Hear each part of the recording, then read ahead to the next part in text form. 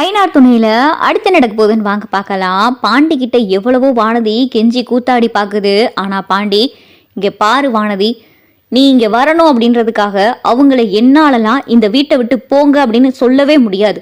ஏன்னா அவங்க இந்த வீட்டுக்கு எவ்வளவோ பண்ணியிருக்காங்க, எனக்கும் எவ்வளவோ செஞ்சிருக்காங்க.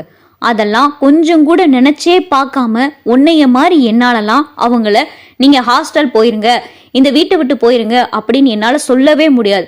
அவங்களுக்கும் சோழனுக்கும் விவாகரத்து கிடைச்சாலும் கூட அவங்க இந்த வீட்டில் தான் இருப்பாங்களே தவிர அவங்கள இந்த வீட்டை விட்டு போங்கன்னு சொல்றதுக்கு யாருக்கும் எந்த ரைட்ஸும் கிடையாது.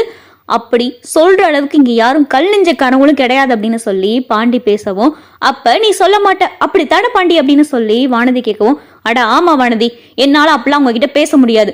உனக்கும் எனக்கும் கல்யாணம் ஆனா நம்ம ரெண்டு இந்த வீட்டுல அட்ஜஸ்ட் பண்ணி இருந்துதான் ஆகணும். உனக்கும் எனக்கும் கல்யாணம் நடக்கணும் அப்படின்றதுக்காக வீட்டுல இருக்கிறவங்களெல்லாம் வெளியே போங்கன்னு சொல்ல முடியாது அப்படின்னு சொல்லிட்டு பாண்டி பாட்டுக்கு விறுவிறுன்னு அவர் வேலையை பார்க்க போயிடுறாரு.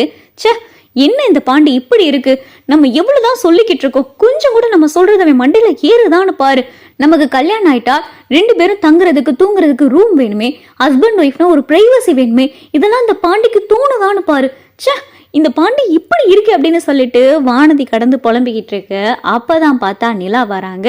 என்ன வானதி ஒரே டென்ஷனா இருக்கீங்க அப்படின்னு சொல்லி நிலா கேட்க, எல்லாம் உங்களால தாங்க அப்படின்னு சொல்லிட்டு வானதி சொல்லவும், அப்பதான் பல்லவன் வர, பின்னாடியே பார்த்தா சோழன் வர, அடுத்து சேரன் நடேசன் சொல்லிட்டு ஆளுக்கு பார்த்தா ஒவ்வொரு ஆளா வராங்க. என்னாலயா, என்னால என்ன அப்படின்னு சொல்லி நிலா கேட்கவும், இங்க பாருங்க, நான் உங்ககிட்ட சொல்றேன்னு தப்பாலாம் எடுத்துக்கிறாதீங்க, நீங்க எந்த உரிமையிலங்க இந்த வீட்டுல தங்கி இருக்கீங்க அப்படின்னு சொல்லி வானதி கேட்கவும், இங்க சேரன் நடேசனுக்கும் பார்த்தா சுள்ளுன்னு கோவம் வருது. சோழன் பார்த்தா வானதியை முறைச்சு பாக்குறாரு. புரியல வானதி, என்ன சொல்ல வரீங்க அப்படின்னு சொல்லி நிலா கேட்கவும், நீங்க உண்மையிலே சோழனோட பொண்டாட்டி கிடையாது. இப்ப சேரன் அண்ணாவுக்கும் சந்தாவுக்கும் கல்யாணம் ஆக போகுது. அவங்க ரெண்டு பேரும் தங்கிக்கிறதுக்கு ஒரு ரூம் இருக்கு, இன்னொரு ரூம்ல நீங்க இருக்கீங்க. சேரன் அண்ணாக்கு கல்யாணம் ஆனதுக்கு அப்புறம் இப்ப எங்க அம்மா அப்பா எங்களுடைய லவ்வுக்கு ஓகே சொல்லிட்டாங்க. அடுத்து கல்யாணம்னா எனக்கும் பாண்டிக்கும் தான். நானும் பாண்டியும் எங்கங்க தங்குறது? நீங்க ஏன் முதல்ல இந்த ரூம்ல இருக்கீங்க? நீங்க ஏதாவது ஒரு நல்ல ஹாஸ்டலா பார்த்து போக வேண்டியதானே? அப்படி இல்லைன்னா உங்க அம்மா அப்பா வீடு, உங்க அப்பா தான் பெரிய பணக்காரராச்சாமே, திருவண்ணாமலையில அங்கே போய் இருக்க வேண்டியதானங்க. அதெல்லாம் விட்டுட்டு ஏங்க நீங்க இந்த வீட்டுல இருக்கீங்க அப்படின்னு சொல்லி வானதி கேட்கவும், இங்க நிலாவுக்கும் பார்த்தா கோபம் வருது. நடேசன் பார்த்தா பல்ல கடிச்சுக்கிட்டு நிக்கிறாரு. பாண்டி அப்பதான் வராரு. ஏய் வானதி, நான் தான் உன்னை கேட்க வேணாம்னு சொன்னேன் அப்படின்னு சொல்லி பாண்டி சொல்லுவோம். சே விட பாண்டி, நீயும் கேட்க மாட்டேன் என்னையும் கேட்க விட மாட்டேன்னு சொல்ற. வானதி, இப்ப என்னதான் சொல்ல வரீங்க அப்படின்னு சொல்லி நிலா கேட்கவும், இங்க பாருங்க, எனக்கும் பாண்டிக்கும் கல்யாணம் ஆனதுக்கு அப்புறம் நீங்க அந்த ரூம்ல தங்க கூடாதுங்க. உங்களுக்கு ஹால்ல தூங்க விருப்பம் இருந்தா நீங்க ஹால்ல தூங்குங்க. அப்படி இல்லையா, உங்களுக்கு ஹால்ல எல்லாம் தூங்க முடியாது, நீங்க பிரைவசி விரும்புறீங்க அப்படின்னா நல்ல ஒரு ஹாஸ்டல்ல போய் தங்கிக்கங்க. அங்க போய் நீங்க இருக்கிறதாங்க நல்லது. எந்த உரிமையில நீங்க இங்க இருக்கீங்க? உங்களுக்கும் சோழனுக்கும் என்ன இருக்கு அப்படின்னு சொல்லிட்டு இங்க பார்த்தா வானதி அதே வார்த்தையை அழுத்தி அழுத்தி கேட்கவும், அப்பதான் சோழன், ஏய் வானதி, உனக்கு அவ்வளவுதான் மரியாதை அப்படின்னு சொல்லி சோழன் சொல்லவும், என்ன மரியாதை? நான் உண்மையை தானே சொன்னேன். அவங்க எதுக்கு இங்க இருக்காங்க? அவங்க என்ன உங்களுடைய உண்மையான பொண்டாட்டியா, இல்ல நீங்க ரெண்டு பேரும் புருஷ பொண்டாட்டியா தான் வாழ்ந்துகிட்டு இருக்கீங்களா? உங்களுக்கு கல்யாணம் ஆயிடுச்சுன்னு பேருக்கு சொல்றீங்க, அதுவும் ஃபேக் மேரேஜ் நீங்களே சொல்லிட்டீங்க. அவங்க ஒரு ரூம்ல, நீங்க ஹால்ல படுத்திருக்கீங்க. அடுத்தடுத்து கல்யாணம் ஆனவங்களுக்கு பிரைவசி வேணா அவங்களுக்கு ஒரு ரூம் வேணும்ல. நான் எதார்த்து தானே சொன்னேன்.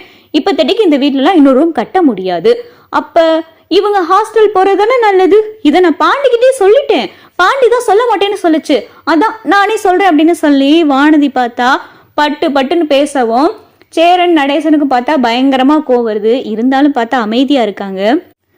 அப்பதான் பல்லவன், அப்ப நீங்க எங்க அண்ணிய வீட்டை விட்டு வெளியே போக சொல்றீங்களா அப்படின்னு சொல்லி பல்லவன் கேட்கவும், நான் வீட்டை விட்டு வெளியே போலாம் சொல்லல, அவங்களுக்கு இந்த வீட்டுல தங்குறதுக்கு எந்த உரிமையும் இல்லைன்னு தான் சொன்னேன். இப்ப இந்த வீட்டுல தங்கணும்னா ஏதாவது ஒரு உரிமையோட இருக்கணும். இந்த வீட்டு பொண்ணா இருக்கணும், இல்ல இந்த வீட்டுக்கு வாழ வந்த பொண்ணாவது இருக்கணும். இவங்க ரெண்டுமே இல்லாம இருக்காங்களே, அப்படி இருக்கும்போது இவங்க இந்த வீட்டுல எந்த உரிமையில தங்கி இருக்காங்க அப்படின்னு சொல்லி வானதி கேட்கவும், இங்க நிலாவுக்கும் பார்த்தா ரொம்ப உறுத்தலா இருக்கு. ஆமா, நம்ம என்ன உரிமையில இங்க தங்கி இருக்கோம் அப்படின்னு சொல்லிட்டு நிலா கேட்கவும், அப்பதான் சேரன், இங்க பாருப்பா வானதி, நிலா என் கூட பிறக்காத தங்கச்சி மாதிரி அப்படின்னு சொல்லிட்டு சேரன் சொல்லவும், அட என்னன்னே நீங்களே இப்படி முறைய மாத்தி மாத்தி சொல்லிக்கிட்டு இருக்கீங்க.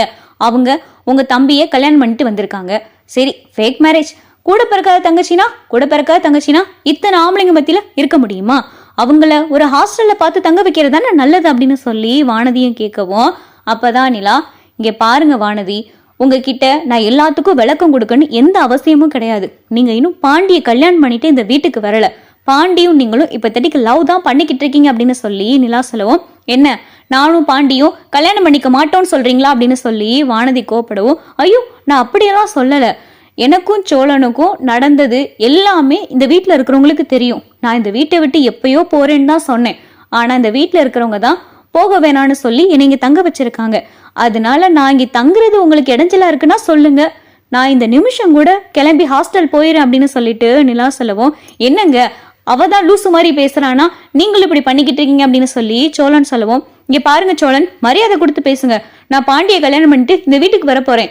நீங்க பாண்டியோட அண்ணனா இருக்கலாம், அதுக்காக என்னைய இப்படி லூசெல்லாம் சொல்லுவீங்களா அப்படின்னு சொல்லி வானதி கேட்கவும், டே பாண்டி உனக்காகத்தான்டா பாக்குறேன் அப்படின்னு சொல்லிட்டு சோழன் சொல்லவும், நீ ஏன் ஏதாவது பேசிக்கிட்டே இருக்க, நீ முதல்ல கிளம்பு அப்படின்னு சொல்லிட்டு இங்க பார்த்தா பாண்டி சொல்லவும், என்ன பாண்டி நான் உண்மையை தானே சொன்னேன், நீங்க யாருமே அதை ஏத்துக்கிற மாட்டேங்கிறீங்க, இவங்களை முதல்ல இங்கிருந்து கிளம்ப சொல்லுங்க அப்படின்னு சொல்லிட்டு இங்க பார்த்தா வானதி சொல்லவும், அப்பதான் சோழன், இங்க பாரு வானதி, நிலா யாருக்காகவும் எங்கேயும் போக மாட்டாங்க, நிலா என் பொண்டாட்டி இந்த வீட்டுல தான் இருப்பாங்க அப்படின்னு சொல்லிட்டு சோழன் பேசினதும் நிலா மனசு பார்த்தா அப்படியே கரைஞ்சிருது.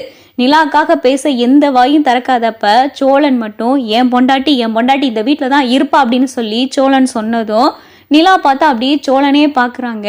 வானதி அப்பதான், என்னது பொண்டாட்டியா, நீங்க தான் ஃபேக் மேரேஜ் பண்ணேன்னு சொன்னீங்க, உங்களுடைய டைவர்ஸ் கேஸ் கோர்ட்ல கூட நடந்துகிட்டு இருக்கு, விட்டா அடுத்த ஹியரிங்ல விவாகரத்தை கிடைச்சிரும் போல, இப்ப என்னமோ வந்துட்டு பொண்டாட்டின்னு சொல்றீங்க அப்படின்னு சொல்லி வானதி சொல்லவும், இங்க பாரு வானதி, நான் நிலாவை சின்சியரா லவ் பண்றேன், நிலாவுக்கும் என் மேல காதல் இருக்கு, ஆனா எங்களுக்குள்ள சில ஈகோ அவ்வளவுதான், மற்றபடி நாங்க விவாகரத்தெல்லாம் வாங்க போறது கிடையாது. நிலாவும் நானும் உண்மையான புருஷன் பொண்டாட்டி தான், நாங்க 2 பேரும் சட்டப்படி இன்ன வரைக்கும் ஹஸ்பண்ட் ஒய்ஃப் தான். உனக்காக இந்த வீட்டுல இருக்கிற யாரும் வெளியே போகவும் முடியாது, நிலா இந்த வீட்டை விட்டு எங்கேயும் போகவும் மாட்டாங்க, நிலா இந்த வீட்டுல தான் இருப்பாங்க.